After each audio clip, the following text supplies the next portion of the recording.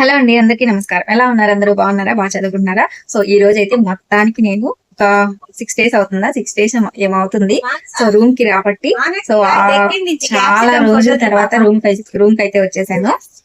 So ఇప్పుడైతే నేను నా స్టడీని అయితే కంటిన్యూ చేయాలి. సో కొంచెం కొద్ది రోజులు గ్యాప్ వచ్చింది కదా, కొంచెం బద్ధకంగానే ఉంటుంది, అయినా పర్వాలేదు, అంటే అయినా తప్పదనమాట. సో ఇన్ని రోజులు గ్యాప్ తర్వాత మళ్ళీ అయితే రీస్టార్ట్ అయితే చేయబోతున్నాను. అంటే కొంచెం బాబుకి హెల్త్ బాగాలేదు ఇంటి దగ్గర, సో బాబుని చూసుకోవాలి కాబట్టి సో అందుకోసం అనేసి ఉండాల్సి వచ్చింది. అండ్ అది కొంచెం ఇంకా వాడి హెల్త్ బాగా అయ్యి సో స్కూల్లో జాయిన్ చేసినాము. జాయిన్ చేసి ఒక 2 days 3 days వెళ్ళాడు అంతే. ఇంకా 4th day నుంచి అస్సలు హెల్త్ బాగాలేదు వాడికి.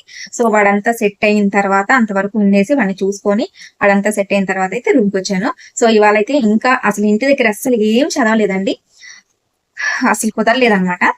అండ్ సో అసలు కుదరలేదు. సో ఇంకా ఇంగ్లీష్ లో ఇంకా నాకు 2 lessons అనేవి బ్యాలెన్స్ ఉన్నాయి. సో అవైతే ఈ రోజు కంప్లీట్ చేయాలి.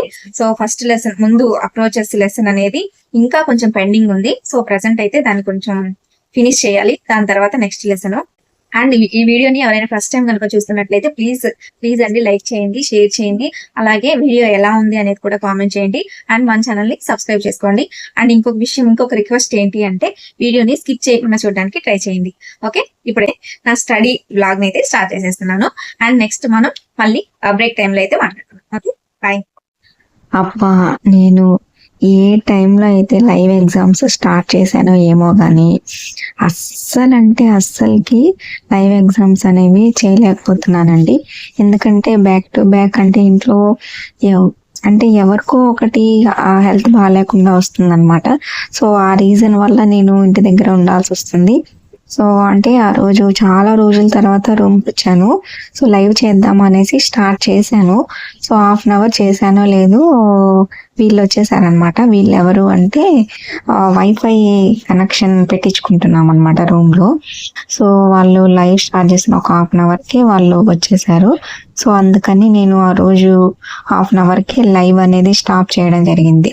ఇంకా తర్వాత నేను మళ్ళీ రూమ్కి వెళ్ళలేదన్నమాట. సో చాలా గ్యాప్ అయితే వచ్చేసింది, ఏంటో అలా అయిపోయింది. Approaches, methods, techniques of teaching English. Edward Anthony termed approach, method and techniques in 1963. అంటే సెట్ ఆఫ్ అజంప్షన్ వచ్చేసి approach, set of procedure or and overall plan వచ్చి method, classroom device or activity technique. అంటే approach అంటే ఏంటి? ఇది భాషా సిద్ధాంతాలు మరియు భాష స్వభావానికి సంబంధించిన సిద్ధాంతాలు అండ్ అలాగే భాషలను ఎలా నేర్చుకుంటామో తెలుపుతుంది.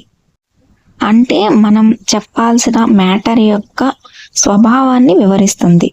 నెక్స్ట్ మెథడ్ అంటే బోధనా పద్ధతి, అంటే భాషను ఎలా బోధించాలి అనే ప్రణాళిక అన్నమాట. అంటే ఏ మెథడ్లో అయినా 4 అంశాలు అయితే ఉంటాయి. అవి selection, gradation, presentation and repetition.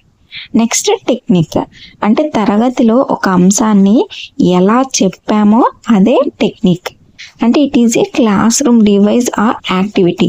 ఇది ఒక తరగతి గది కృత్యం. అండ్ నెక్స్ట్ ఇక్కడ అంటే ఒక అప్రోచ్లో ఎన్ని మెథడ్స్ అయినా ఉండొచ్చు, అదేవిధంగా ఒక మెథడ్లో ఎన్ని టెక్నిక్స్ అయినా ఉండవచ్చు. ఈ అప్రోచ్, మెథడ్ అండ్ టెక్నిక్స్ ఇవన్నీ కూడా ఏంటివి అంటే క్రమానుగతమైనవి. సో హలో అండి, ఆఫ్టర్నూన్ లంచ్ బ్రేక్ అయితే ఫినిష్ అయింది. So approaches, methods, techniques. So approach అంటే ఏంటి, మెథడ్ అంటే ఏంటి, టెక్నిక్ అంటే ఏంటి అవన్నీ చూసాను. సో అందులో communicative approaches, voice approach, so అవన్నీ చదివిన తర్వాత సో ఇప్పుడు ఆఫ్టర్నూన్ లంచ్ తర్వాత మెథడ్స్ ఉన్నాయి కదా, సో అవైతే చదువుతున్నాను అనమాట. సో వాటిని చదివేసిన తర్వాత మళ్ళీ మనం ఈవినింగ్ అయితే మళ్ళీ మాట్లాడుతున్నాం. ఓకేనా? అండ్ నెక్స్ట్ ఇక్కడ మెథడ్ గురించి అయితే చూశాను. అది గ్రామర్ ట్రాన్స్లేషన్ మెథడ్. దీన్నే క్లాసికల్ మెథడ్ అంటారు, ట్రెడిషనల్ మెథడ్ అంటారు, అన్యాచురల్ మెథడ్ అంటారు, ఓల్డెస్ట్ మెథడ్ అని కూడా అంటారు. ఇది 1840, 1940 మధ్య కాలంలో బాగా పాపులర్ కూడా అయింది. అండ్ ఇది ఒక పాత పద్ధతి. దీన్ని గ్రీక్ అలాగే లాటిన్ భాషలను బోధించడానికైతే ఉపయోగించారు. అయితే ఇందులో పర్టికులర్గా వ్యాకరణాన్ని అధ్యయనం చేసి వాక్యాలను ప్యాసేజెస్ను ట్రాన్స్లేట్ చేసి అయితే ఇక్కడ భాష నేర్చుకోవడం జరుగుతుంది. ఇందులో కొన్ని లక్షణాలు ఉన్నాయి, ఉపయోగాలు ఉన్నాయి, అలాగే కొన్ని పరిమితులు కూడా ఉన్నాయి.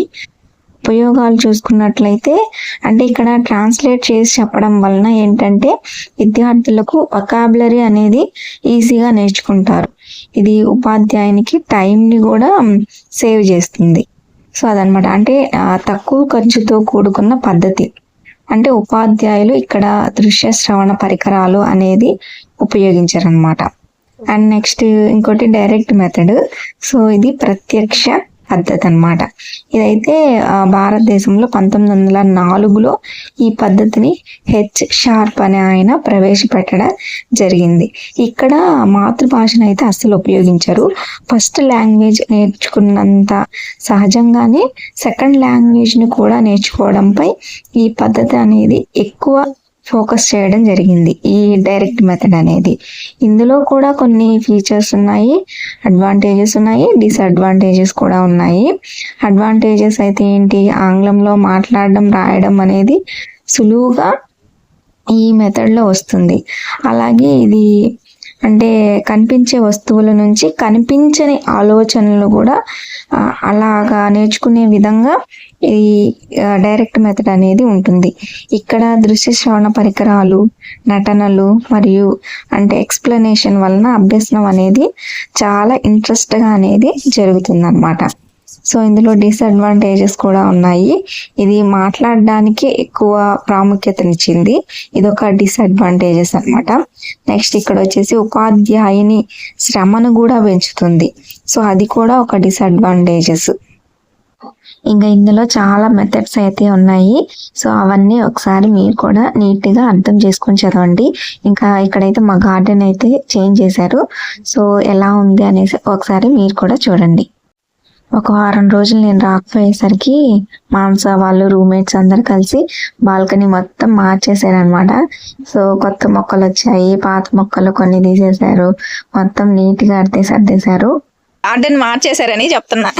మెంతాకు మేమే వేసింది, పప్పులకి బాగా వచ్చినాయి, బాగా వచ్చినాయి. కొంచెం పెద్దగా అయితే కొంచెం పెద్దగా అయితే పప్పు చేసుకుంటాం. చూడు టేబుల్ రోజ్ ఇది ఇక్కడ నాటాం, అక్కడ నాటే, అక్కడైతే పూలు కూడా వచ్చినాయి తెలుసా. జామ చెట్టు ఇదిగో మందారా కొన్నారా, కొనలా కింద పట్టుకొచ్చేది పెట్టినాం. ఆంటీ దగ్గర ఉందా? ఉదయాన్నే కింద పూలు బాగా కానొస్తున్నాయి, మనకి ఎదురుగా బాగా కానొస్తున్నాయి, లేపకొచ్చేసినాం. బాగా ఇచ్చేసా. దీంట్లో మామిడి చెట్టు ఉంది, అది వేరే దాంట్లో వేయాల్సింది కదా. అలాగే మొలిచినట్టుంది దాంట్లో.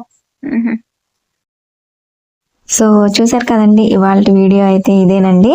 సో వీడియో నచ్చితే మాత్రం తప్పకుండా లైక్ చేయండి, షేర్ చేయండి, కామెంట్ చేయండి, అలాగే మన ఛానల్ని సబ్స్క్రైబ్ చేసుకోండి. Thank you so much for watching.